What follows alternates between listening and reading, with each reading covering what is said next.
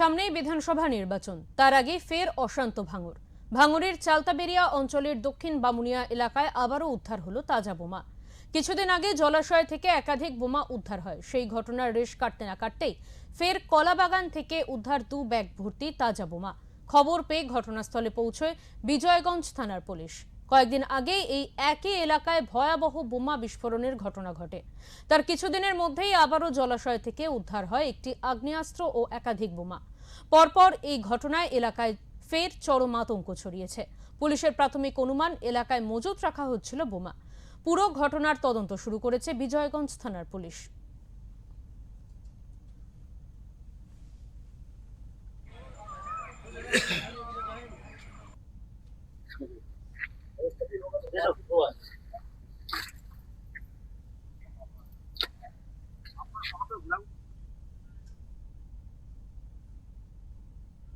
আমরা এই বিষয়ে বিস্তারিত জেনে নেব। আমাদের সঙ্গে টেলিফোন লাইনে রয়েছেন আমাদের প্রতিনিধি সঞ্জয় মাঝি।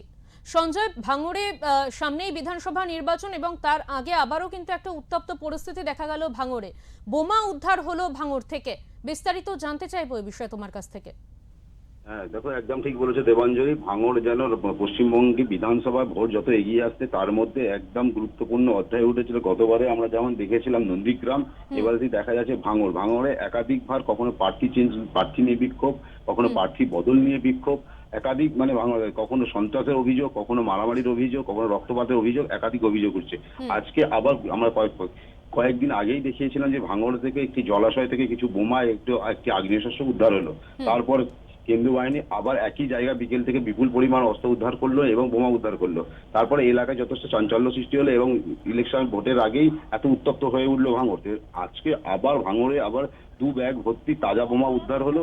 আবার সেই একই জায়গা চালতাবেরিয়া দক্ষিণ বামুলিয়া এলাকা থেকে ফের উদ্ধার হলো একই দিনে, সেই জলাশয় থেকে উদ্ধার হলো। এই ঘটনাস্থলে বারবার আসছেন হিরণগঞ্জ থানার পুলিশ এবং কেন্দ্রীয় বাহিনী যে কয়েকদিন আগে উদ্ধার করলো, আবার আজকে বোমা। এই নিয়ে একাধিক সমস্যা দেখা যাচ্ছে। মানে ধরা যেতেই পারে যে আগামী কয়েকদিনের মধ্যে যে কয়েক মাস পরেই যে বিধানসভা ভোট, এই বিধান ভোটে ভাঙড় যথেষ্ট উত্তপ্ত হবে এবং ভাঙড়ের যে এত বিপুল পরিমাণ অস্ত্র আসছে কোথা থেকে, এইটা সাধারণ মানুষের পাশাপাশি বিরোধী যারা পক্ষ আছে তারাও অভিযোগ করছেন। এবং রাজ্যে একাধিক বা বিভিন্ন জায়গায় স্পর্শগত এরিয়া বলা হতো আগে, মূলত কলকাতা সংলগ্ন বিভিন্ন জায়গাকে স্পর্শগত করা হতো, কিন্তু দেখা যাচ্ছে এখন অধিকাংশ গ্রাম অঞ্চলগুলো স্পর্শগত হয়ে যাচ্ছে।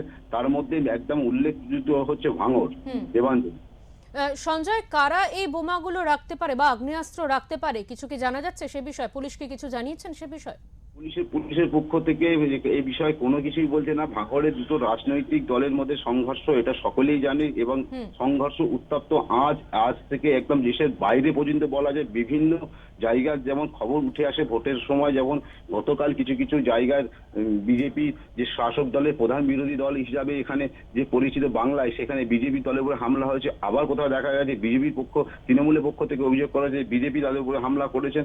কিন্তু এই ভাঙড়ে দুটো রাজনৈতিক দলের পাশাপাশি নতুন একটি রাজনৈতিক দল আছে যেটা যত গুরুত্বপূর্ণ অধ্যায় পালন করবে এই বিধানসভা ভোটে মানুষ আশা করছেন। এখানে যে সামনে ঈদের সময় দেখা গেছে বিভিন্ন ঈদের দিনটাও বিভিন্ন প্রার্থী প্রচার করেছেন, দেখা গেছে মানে কাদা ছড়াছড়ি দেখা গেছে, সাংবাদিক সম্মেলন করতে দেখা গেছে। ভাঙড় কার শক্ত ঘাঁটি দুই দলের মধ্যে এখন সেইটাই প্রদর্শন দেখার একটা ভূমিকা চলছে এবং জোর কদমে তা প্রস্তুতি চলছে যে ভাঙড়ের 1 ইঞ্চি জমি কোনো রাজনৈতিক দল কেউ কাউকে ছাড়ছে না। তুমি যেমনটা আমাকে প্রশ্ন করলে কোন রাজনৈতিক দল বা পুলিশের পক্ষে, পুলিশ এখানে মুখে কুলু এঁটে রেখেছে, কারণ পুলিশের পক্ষে বলা সম্ভব নয় যে কোন দল রেখেছে, কারণ কেন্দ্রীয় বাহিনী মোতায়েনের পরে। তোমাকে আরেকটু বিশেষ বলে রাখি যে এই নির্বাচন কমিশনের পক্ষ থেকে প্রথম থেকেই যে তৃণমূল সক্রিয় ভূমিকা পালন করেছিল এসআইআর, যে অবৈধ ভোটার বা বৈধ ভোটার একজনকে বাদ দেওয়া যাবে না, তেমনি এসআইআর কে নিয়ে যেমন একটা উত্তাপ হয়েছিল, তেমনি এসআইআর এর প্রভাব যে ভাঙড়ে, তাহলে এখন প্রশ্ন উঠছে যে ভাঙড়ে যে অবৈধ, তাহলে সব কটাই বৈধ ভোটার ভাবতে হবে। তাহলে বৈধতার মধ্যে বাইরে থেকে লোক আনা হয় না, তাহলে ওখানকার স্থানীয় মানুষ আছেন যার মধ্যে কিছু সমাজ বিরোধী কার্যকলাপে লিপ্ত হয়ে আছেন। এখানে এটা পরিষ্কার চিত্র।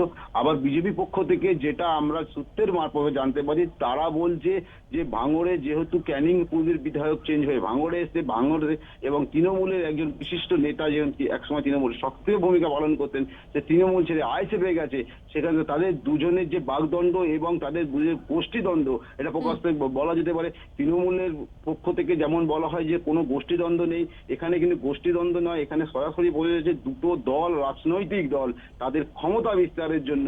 আরো মূলত তোমায় বলে রাখি যে সংখ্যালঘু ভোট ব্যাংক বলা যেতে পারে ভাঙড়। দেবাঞ্জলি। একদমই, অনেক ধন্যবাদ সঞ্জয় তোমাকে।